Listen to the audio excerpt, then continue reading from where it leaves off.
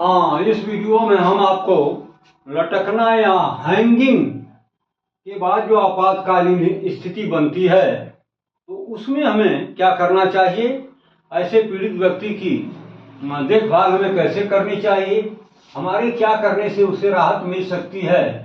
ये तमाम बातों की चर्चा हम इस वीडियो के माध्यम से आपके साथ करना चाहेंगे। तो आइए देखते हैं ये लटकना या हैंगिंग क्या है और कैसे इससे एक आपातकालीन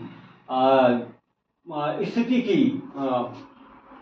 उपस्थिति होती है। तो ये सुसाइड या आत्महत्या करना एक आसान तरीका है। क्या? हैंगिंग। जैसा कि आजकल आप देख रहे हैं बहुत से आए दिन कहीं न कहीं इस तरह की दुर्घटनाएं होती हैं और हम आप देखते रह जाते हैं। तो वही चीज़ है कि जब सुसाइड लोग करते हैं या आत्महत्या करने का प्रयास करते हैं तो उसका तो स्रोत तो बहुत है, बहुत सारे हैं। कोई पॉइजनिंग करके, कोई हैंगिंग करके, कोई एक्सीडेंटल डेथ किसी वाहन के नीचे आकर के, ट्रेन के नीचे आकर के। तो तमाम तरीके से कोई नदी में कूदकर सुसाइड के या आत्महत्या करने के तमाम तरीके हैं, लेकिन इसमें जो सबसे आसान तरीका मिलता है वो है हैंगिंग। चुपचाप लोग अपने घर में ही, अपने मकान के अंदर ही ऐसा कर लेते हैं। तो सुसाइड करने का सबसे आसान तरीका माना गया हैंगिंग, जिसमें किसी विशेषज्ञता या किसी टेक्निक की आवश्यकता नहीं होती है। कैसे भी आप करेंगे तो हो जाएगा। इस तरह की घटना प्राय शिक्षित या अशिक्षित दोनों तरह के लोगों में देखने को मिलती है। यह एक आपातकालीन आपदा है और इसमें हमें उचित आपातकालीन देखभाल करने की आवश्यकता होती है। ठीक है। तो ये हैंगिंग क्या है, यानी लटक जाना। पंखे से लटक जाइए, किसी पेड़ की डाली से लोग लटक जाते हैं और सीलिंग के चूल्हे से फंदा बना करके लटक जाते हैं, पेड़ की डालियों से लटक जाते हैं। तो इस तरह से अपने को हैंग कर लेते हैं, माने किसी ऊंची चीज से अपने को किसी फंदे या रस्सी के सहारे अपने को एयर में लटका देते हैं और रिजल्ट क्या होता है, उनका दम घुटता है और उनकी डेथ हो जाती है। अब इसको करने के लिए किसी विशेषज्ञ, किसी विशेष ज्ञान या किसी टेक्निकल ज्ञान की आवश्यकता तो होती नहीं है। चाहे वो व्यक्ति शिक्षित हो वो भी कर लेता है, जो अशिक्षित है वो भी कर ले रहा है। तो यह एक तरह की आपातकालीन स्थिति बन जाती है और इस आपातकालीन स्थिति में यदि समय से उस पीड़ित व्यक्ति की मदद की जाए या कुछ ऐसे उपाय किए जाएं जिससे उसकी जान को बचाया जा सकता है, तो इस तरह की आपदा में, इस तरह की आपातकालीन स्थिति से निपटने के लिए या पीड़ित को मैनेज करने के लिए हमें क्या क्या करने की ज़रूरत है, कैसे उसका हम उचित तरीके से देखभाल कर सकते हैं और उसके लाइफ को सिक्योर कर सकते हैं। ये तमाम बातों की जानकारी हम इस वीडियो के माध्यम से आपके साथ चर्चा करना चाहेंगे। तो पहले तो हमें ये देखना होगा कि वास्तव में जो सामने पीड़ित व्यक्ति है, क्या वह वास्तव में हैंगिंग से सफ़र कर रहा है, हैंगिंग करके पीड़ित है, या फिर किसी अदर कारण से वो इस स्थिति में अपने को पहुंचा दिया है। अगर वो हैंगिंग किया हुआ है, यानी किसी हाइट से वो अपने को एयर में लटका लिया है, तो फिर उसके लक्षण क्या मिलेंगे, उन लक्षणों के आधार पर ही हमें मान लेते हैं कि हाँ, ये जो सामने पीड़ित व्यक्ति है इसने वास्तव में हैंगिंग किया है और इस माध्यम से वो सुसाइड करने का प्रयास किया हुआ है। तो आइए, लक्षण क्या मिलेगा हैंगिंग के केस में? तो गर्दन पर उल्टे वी आकार का निशान दिखाई देगा। उस पीड़ित व्यक्ति के गर्दन पर जब आप एग्जामिन करेंगे, मार्क करेंगे, तो पाएंगे वहाँ पर उल्टे वी के आकार का एक निशान दिखाई देगा। अगर यह है तो ये संकेत कर रहा है कि पीड़ित व्यक्ति हैंगिंग ही किया है, बाकी इसके साथ कोई और हादसा नहीं हुआ। और लक्षण क्या मिलेगा? सेरेब्रल हाइपोक्सिया, सेरिब्रल हाइपोक्सिया क्या है, यानी ब्रेन में ऑक्सीजन की कमी का हो जाना। तो जाहिर सी बात है, यदि वो गले में फंदा जो व्यक्ति लगाएगा हैंगिंग करने के लिए, तो उसके ब्रेन में ऑक्सीजन की कमी हो जाएगी। और क्या होगा, गर्दन के आसपास की पेशियों का शिथिल हो जाना। ये जो नेक की पेशियां हैं उनका टोनअप खत्म हो जाता है और वो रिलैक्स फेज में दिखाई देते हैं, उनमें शिथिलता आ जाती है। और क्या मिलेगा, सर्वाइकल कशेरुकाओं में फ्रैक्चर का होना, यानी गर्दन के रीजन में, नेक रीजन में कम से कम 7 कशेरुकाएं पाई जाती हैं जिनको आप वर्टिब्रा बोलते हैं। तो उनमें से कई वर्टिब्रा में फ्रैक्चर का निशान भी देखने को मिलेगा। और क्या मिलेगा, यदि अधिक देर तक वो व्यक्ति लटका हुआ है तो उसकी डेथ भी हो सकती है।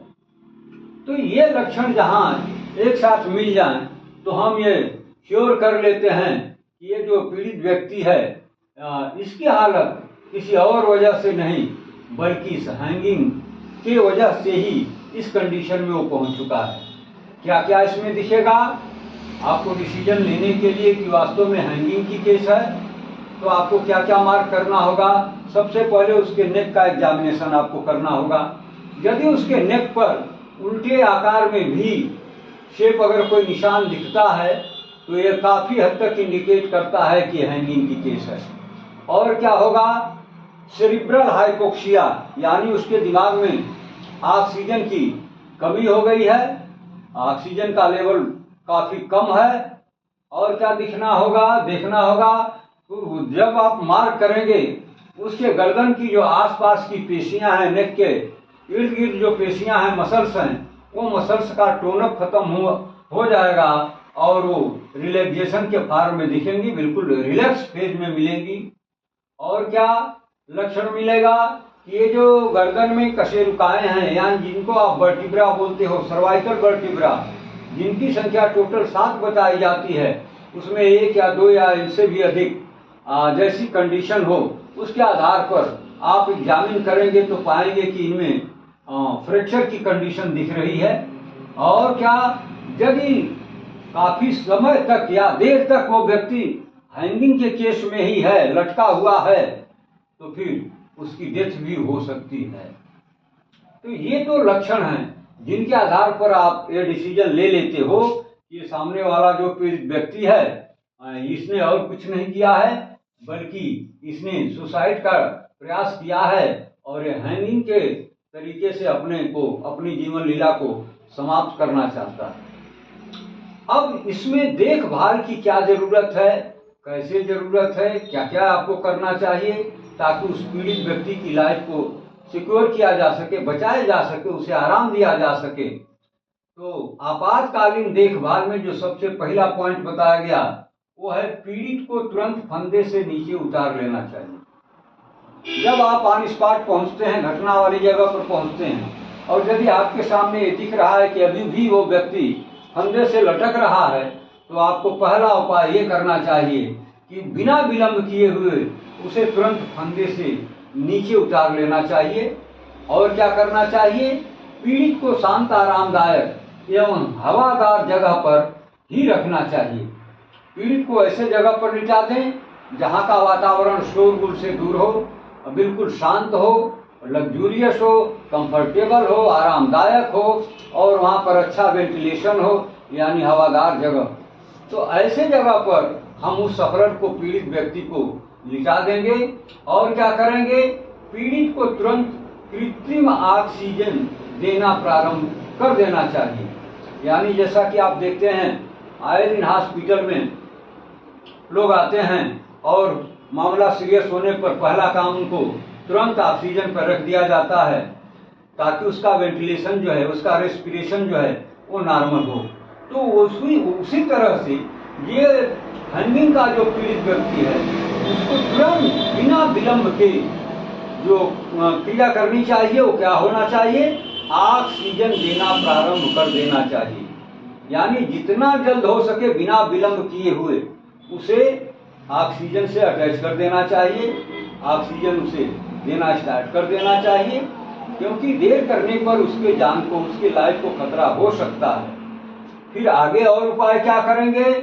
बिना विलंब इंडोट्रैकियल इंटूबेशन शुरू कर देना चाहिए ताकि उस व्यक्ति को काफी आराम दिया जा सके।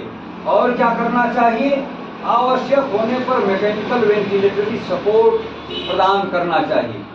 आपने वेंटिलेशन का नाम सुना है, आए दिन आप सुनते रहते हैं कि एक व्यक्ति है जिसकी हालत काफी सीरियस है और उसको वेंटिलेटर पर रखा गया।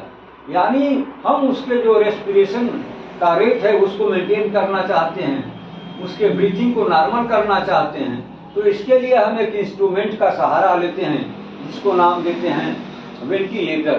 तो उस व्यक्ति को इसकी सुविधा बिना विलंब किए बिल्कुल प्रदान करनी चाहिए। हो सकता है अगर ये सपोर्ट मिल जाए तो उसकी जान को हम सुरक्षित कर सकें, सिक्योर कर सकें। अगला कदम आपको क्या करना चाहिए? आवश्यक हो तो सीपीआर भी प्रारंभ कर देना चाहिए। यदि उस पेशेंट या पीड़ित की कंडीशन ऐसी हो कि सीपीआर देने से भी उसे लाभ हो सकता है, तो सीपीआर का मतलब तो आप समझते हैं ना, कार्डियक पल्मोनरी रिसाइटेशन, यानी उसके हम सर्कुलेशन और रेस्पिरेशन को नॉर्मल करने के लिए, रेगुलेट करने के लिए जो हम चेस्ट पर मसाज करते हैं उसी को बोलते हैं सीपीआर। तो ये क्रिया हमें तुरंत करना चाहिए। और क्या करना चाहिए? आवश्यक होने पर यूरिनरी कैथेटराइजेशन एवं सेंट्रल वेनस लाइन भी सिक्योर कर देना चाहिए। क्या करना चाहिए? अगर जरूरत समझ में आए उस पीड़ित के लिए, अगर आवश्यक हो तो हमें कैथेटराइजेशन कर देना चाहिए ताकि उसका यूरिन वगैरह पास आउट हो। और क्या करना चाहिए? सेंट्रल वेनस लाइन सिक्योर करना चाहिए। ये आईवी ड्रिप के लिए वेनस लाइन बिल्कुल सिक्योर करना चाहिए, यानी आईवी फ्लूइड देने के लायक परिस्थितियां उसको बनानी चाहिए। और क्या करना चाहिए? यूं कह लीजिए उसको आईवी ड्रिप स्टार्ट कर देना चाहिए। यही होता है सेंट्रल वेनस लाइन सिक्योर करना। नंबर 8 पर आपको क्या करना होगा? ABG level. एबीजी लेवल क्या है? तो arterial blood gas level. Arterial blood gas level. तो हमें ये भी एग्जामिन करना चाहिए कि उस पीड़ित व्यक्ति के ब्लड में O2 और CO2 गैस का लेवल किस लेवल तक है, और इसको निर्धारित करके इसी हिसाब से उससे हमें मैनेज करने की जरूरत होती है। ठीक है, तो इस तरह से हम हैंगिंग के केस में जो भी आपातकालीन उपाय करके उस व्यक्ति के लाइफ को सिक्योर कर सकते हैं वो हमें करना चाहिए। अगर आपको इसमें कोई डाउट है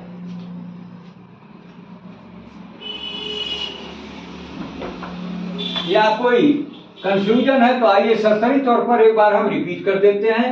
लटकना हैंगिंग क्या होता है? यानी किसी रस्सी या किसी बंधे के सहारे से ऊपर से अपने बॉडी को एयर में नीचे की तरफ लटका देना, हैंग कर देना, क्या कहलाता है? हैंगिंग कहलाता है, या उसको लटकना कहते हैं, या उसको लोग भोजपुरी में फांसी भी कहते हैं। तो इस तरह से प्रायः सुसाइड करने वाले इस लटकने की प्रक्रिया का प्रयोग करते हैं अपने लिए। और आज के युग में, आज के तारीख में इस तरह की तमाम घटनाएं आपके आसपास देखने को मिल जाती हैं। और क्योंकि ये सबसे आसान तरीका है सुसाइड करने के लिए। तो बहुत सारे मेजर्स हैं, उपाय हैं, जैसे कोई पॉइजनिंग कर लिया, कोई किसी गाड़ी वाहन के आगे कूद करके जान दे दिया, कोई नदी में जंप लगा दिया, तो तमाम घटनाएं होती हैं। लेकिन इसमें जो सबसे आसान तरीका होता है वो होता है हैंगिंग करना, क्योंकि इसमें व्यक्ति को कहीं आने जाने की जरूरत नहीं है। वो अपने घर में भी इस तरह का कृत्य कर सकता है, या गांव के या आबादी के इर्द गिर्द कोई बाग बगीचा है तो धीरे से उसमें जाकर किसी पेड़ की डाली से फंदा बना करके भी लोग ऐसा कर लेते हैं। तो ये जो स्थिति है यह एक तरह की क्या पैदा कर देती है? आपातकालीन स्थिति पैदा कर देती है। और ऐसा नहीं कि सिर्फ बेवकूफ लोग ऐसा करते हों, अशिक्षित लोग ऐसा करते हों, नहीं, ये बात नहीं है। इस तरह की घटनाएं काफी शिक्षित लोग भी कर लेते हैं। तो इस तरह की घटनाएं जो हैं क्या पैदा करती हैं, एक तरह की आपातकालीन आपदा की स्थिति पैदा कर देती हैं।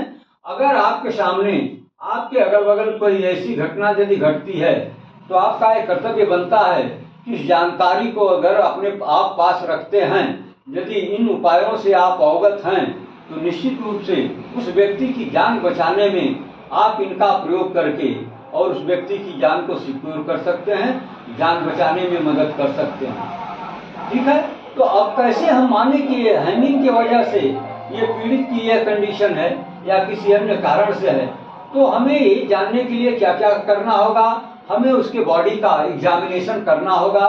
तो सबसे पहले पॉइंट हम किस पॉइंट पर ध्यान देंगे, तो हम उसके नेक को एग्जामिन करेंगे।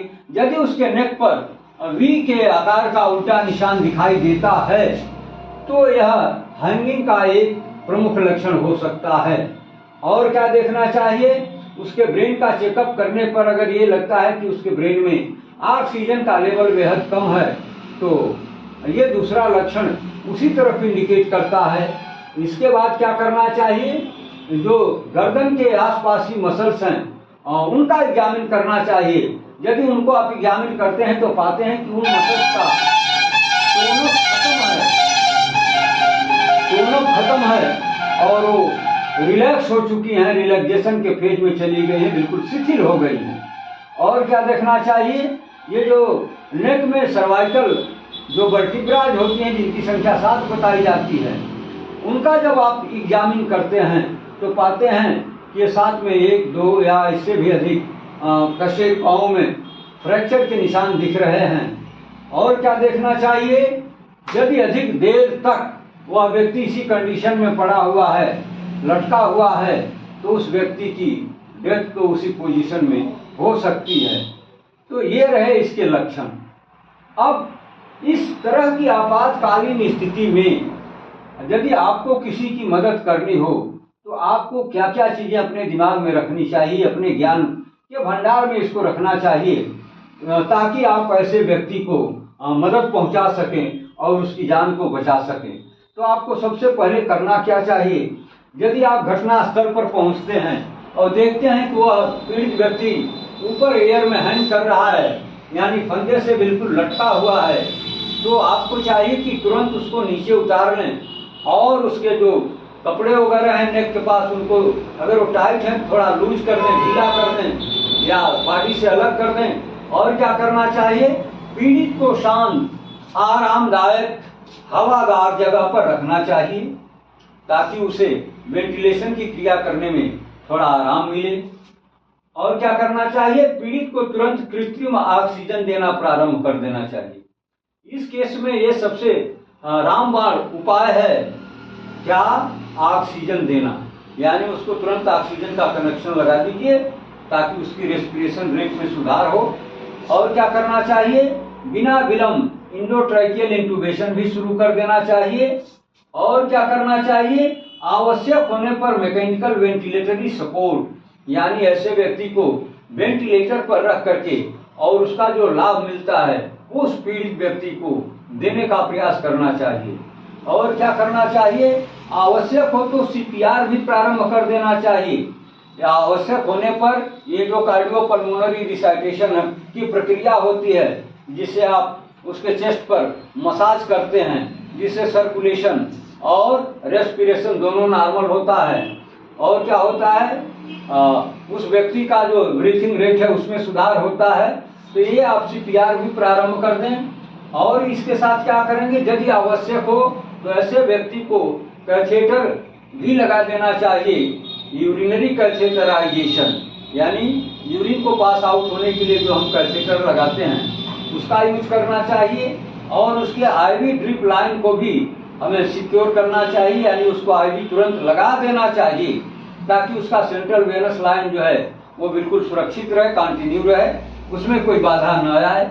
और क्या करना चाहिए, यदि आवश्यक हो तो उसके ब्लड में O2 और CO2 का लेवल क्या है इसका निर्धारण भी हमें करना चाहिए और उसी हिसाब से उसका प्रॉपर ट्रीटमेंट देना चाहिए और मैनेजमेंट करना चाहिए। तो इस तरह से आपने देखा कि ये हैंगिंग की एक आपातकालीन स्थिति है जिसमें व्यक्ति की जान भी जा सकती है, लेकिन अगर आपके पास इसको मैनेज करने का उपाय मालूम है तो आप अपने प्रयास से ऐसे पीड़ित व्यक्ति की जान को बचा सकते हैं। ठीक है। अब एक हम दूसरा छोटा सा ये आपातकालीन स्थिति लेके पर चर्चा करना चाहेंगे। इसको कहते हैं तापाघात। ताप मीन्स टेम्परेचर और घात मीन्स उसका स्ट्रोक, यानी हीट स्ट्रोक। तो ये ऐसी आपदा है या ऐसी आपातकालीन स्थिति आती है जो अत्यधिक धूप की वजह से या लू लगने की वजह से हो जाती है और मुश्किल व्यक्ति की जान को ये मुश्किल में डाल देती है।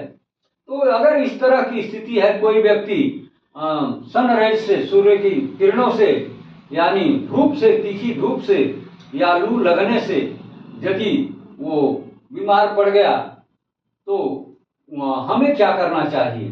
तो सबसे पहले ऐसे पीड़ित व्यक्ति को हमें क्या उपाय बताना चाहिए, क्या उसके साथ करना चाहिए? सबसे पहले हमें उसके वाइटल लक्षणों की जांच करनी चाहिए, यानी वे लक्षण जो हमारे जीवन के लिए आवश्यक हैं, जैसे रेस्पिरेशन है, सर्कुलेशन है, पल्स है, ये सब लक्षण हमें चेक कर लेना चाहिए। सबसे पहले एक ख्याल करना चाहिए। इसके बाद और क्या एग्जामिन करना चाहिए और क्या व्यवस्था देनी चाहिए? तो पीड़ित को कोल्ड स्पॉन्जिंग करना चाहिए। ऐसे हीट स्ट्रोक वाले व्यक्ति को ये कोल्ड स्पॉन्जिंग करने से काफी राहत मिलती है। और क्या करना चाहिए? पीड़ित व्यक्ति को शांत, ठंडे, आरामदायक, अच्छी हवादार जगह एवं आरामदायक पोजीशन में रखने का प्रयास करना चाहिए ताकि उसे आराम मिल सके। और क्या करना चाहिए? पीड़ित यदि मुंह से आहार लेने में सक्षम है तो उसे हमें पर्याप्त मात्रा में फ्लूइड, फूड देना चाहिए। और क्या करना चाहिए? आवश्यक हो तो उसके बॉडी का वाटर एवं इलेक्ट्रोलाइट बैलेंस चेक करके उसे आईवी फ्लूइड भी देना प्रारंभ कर देना चाहिए ताकि उसके बॉडी में ये वाटर और इलेक्ट्रोलाइट डिसबैलेंस न होने पाए, डिहाइड्रेशन में वो न जाने पाए। तो इस तरह से ये 5 उपाय जो आपको बताए गए, यदि इनको आप उस पीड़ित के साथ प्रयोग करते हैं तो निश्चित जानिए आपने एक व्यक्ति की जान बचाने में अपने कर्तव्यों का निर्वहन किया है और इस तरह से उस व्यक्ति की जान को आप बचा सकते हैं। तो ये रहा तापाघात या हीट स्ट्रोक, यानी लू या धूप लगने की वजह से यदि कोई व्यक्ति इस कंडीशन में चला जाता है कि उसके लाइफ के लिए एक आपातकालीन स्थिति पैदा हो जाती है, तो ऐसे व्यक्ति को हमें कैसे मैनेज करना चाहिए? सर्वप्रथम हमें उसके जो वाइटल साइंस है, जीवन के जो आवश्यक लक्षण हैं, उनकी जांच करनी चाहिए। और क्या करना चाहिए? वो पीड़ित व्यक्ति को कोल्ड स्पॉन्ज करने से उसे काफी राहत मिल जाती है। तो ऐसे व्यक्ति को शांत, ठंडे, आरामदायक, अच्छी हवादार जगह एवं आरामदायक पोजीशन में रखना चाहिए ताकि उसे सुकून मिल सके। और चौथा पॉइंट में बताया गया, पीड़ित यदि मुंह से आहार लेने में सक्षम है तो हमें उसे भरपूर मात्रा में ये फ्लूइड पेय देना चाहिए। और अगला कदम क्या होगा? वो व्यक्ति डिहाइड्रेशन में न जाए, निर्जलीकरण का शिकार न हो, इससे बचाने के लिए उसे हमें आईवी फ्लूइड का प्रारंभ कर देना चाहिए ताकि उसके बॉडी का वाटर लेवल मेंटेन रहे। तो ठीक है, अब हम इन 2 आपातकालीन स्थितियों में हमें क्या करना चाहिए, कैसे उनको हम पहचान करेंगे, ये तमाम बातें आपके साथ साझा की गई। अगर इसमें कोई डाउट या कंफ्यूजन हो तो आप क्लियर कर सकते हैं। अब हम अगले वीडियो में फिर किसी दूसरी आपातकालीन स्थिति के बारे में आपके साथ चर्चा करना चाहेंगे।